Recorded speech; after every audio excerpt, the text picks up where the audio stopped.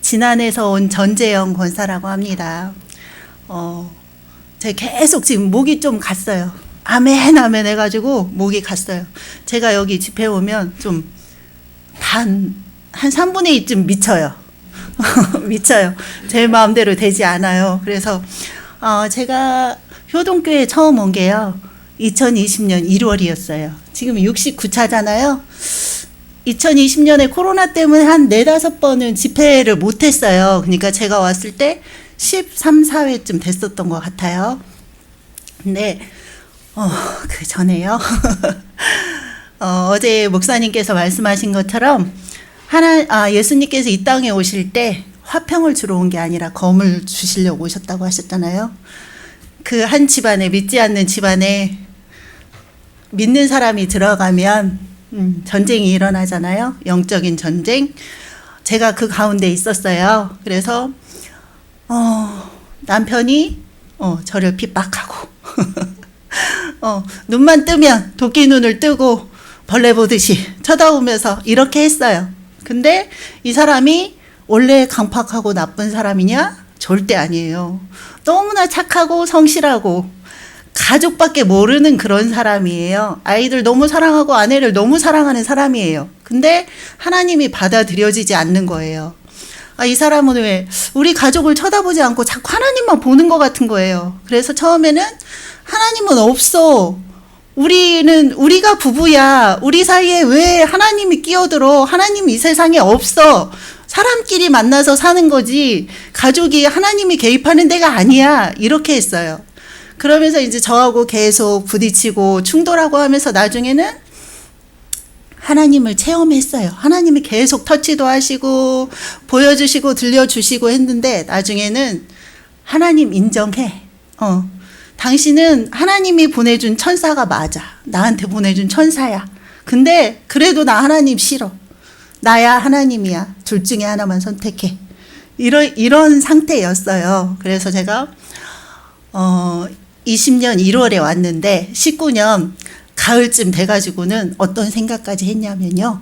저희 교회에서 이제 전도 학교가 열렸는데 거기서 전도를 하러 가야 돼요. 근데 제 마음에 하나님, 제 가족도 어떻게 못하는데 제 신앙도 지키지 못하는 사람이 어디 가서 누구한테 예수 믿으세요 하겠어요. 하나님 제발 저한테 그런 거 시키지 마세요. 저 이제 그만 살고 싶어요. 이런 마음이 들 만큼 힘든 시기가 왔어요. 근데 19년 12월에 저희 교회에서 부흥 집회가 열렸는데요.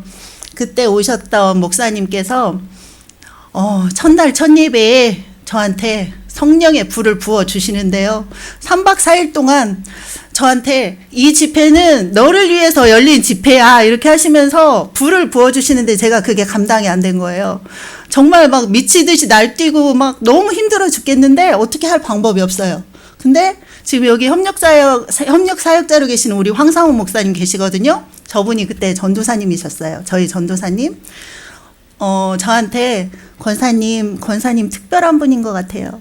이렇게 사역자가 오셔가지고 이렇게 뜨겁게 불을 부어주시는 거 본 적이 없어요. 이러시면서 기쁨의 교회를 가봤으면 좋겠다. 근데 기쁨의 교회 갈 형편은 안 되고 내가 기쁨의 교회 갔을 때 이정기 목사님이라는 분의 이야기를 들었다. 이종소 목사님이 말씀을 해주셨는데 전주에서 이런 똑같은 사역을 하고 계시는 교회가 있다 하더라. 그러니까 권사님 거기 가보면 좋겠다 이렇게 말씀을 하셨어요. 그래서 제가 막 검색을 했어요. 네이버를. 그랬더니 있더라고요.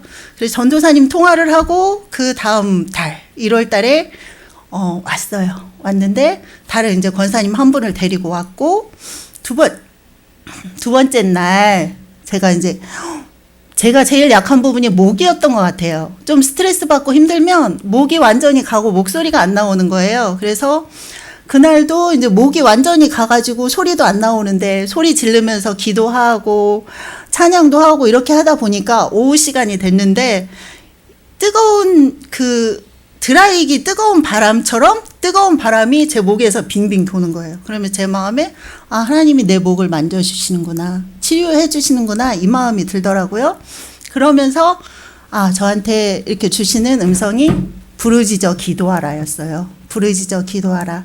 그리고 이제 이정규 목사님이 그때 막 구속사에 대해서 강해를 시작하시던 시점이었던 것 같아요. 그래서 창세기 처음에 천지를 창조하신 때부터 솔로몬의 때까지 대략적으로 이렇게 말씀을 하시면서 구속사란 이런 거다 하고 설명을 해주셨거든요.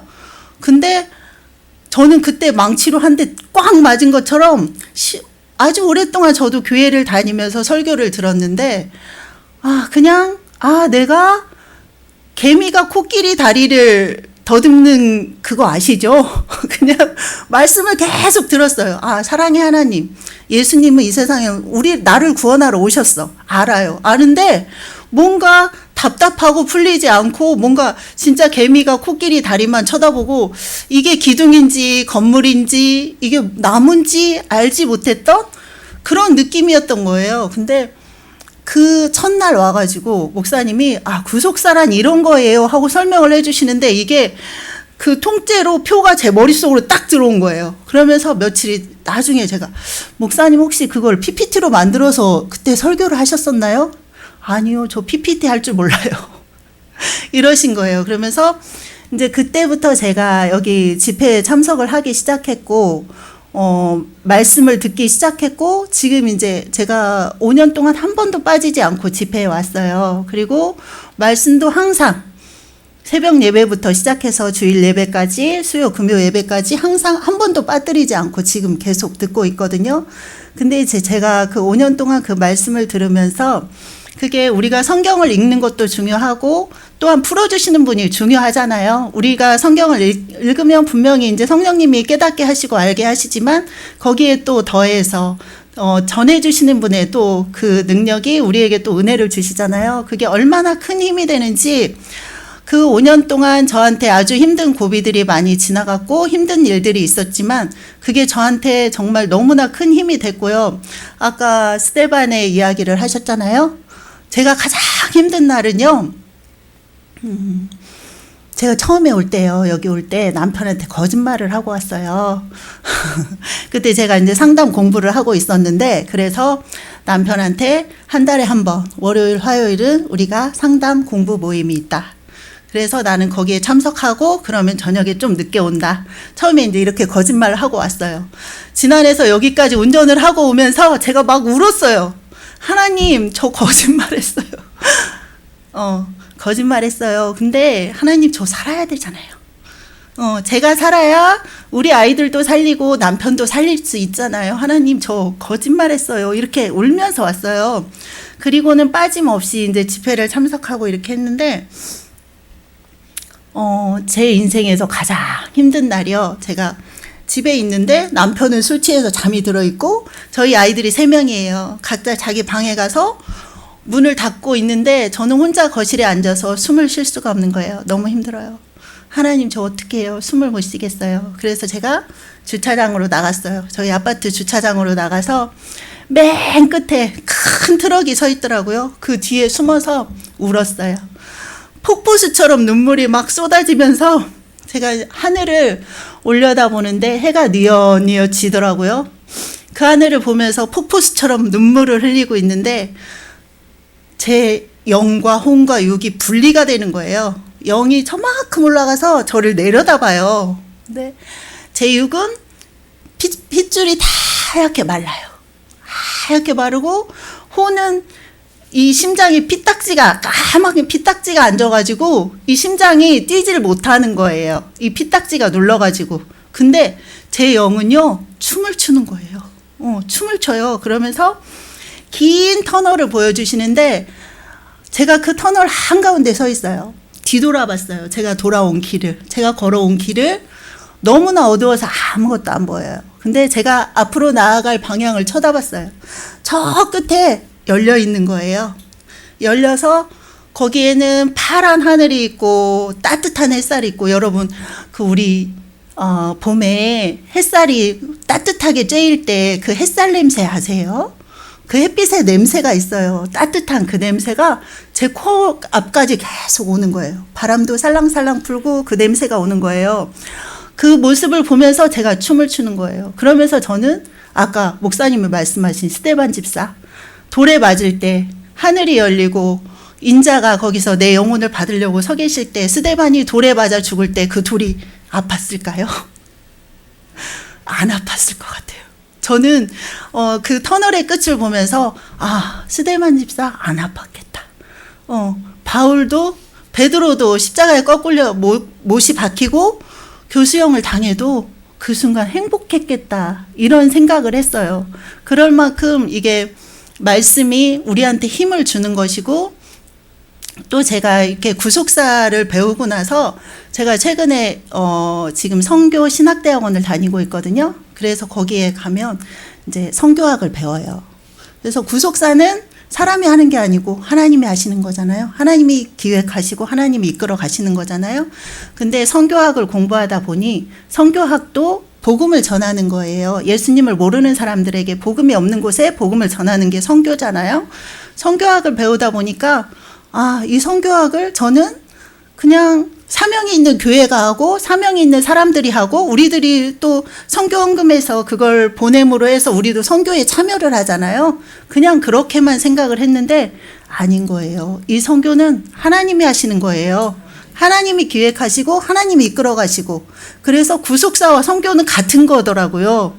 그래서 우리는 그 안에서 쓰임받는 사람들이에요. 그래서 제가 이 개미가 코끼리의 다리를 더듬듯이, 이게 도대체 코끼리 같기도 하고 아닌 것 같기도 하고 뭔가 더듬했던 그 시간 안에서 이제 코끼리가 보인 거예요. 그 구속사와 선교를 통해서 코끼리가 보이고 나니까 내가 서 있을 자리가 어딘가?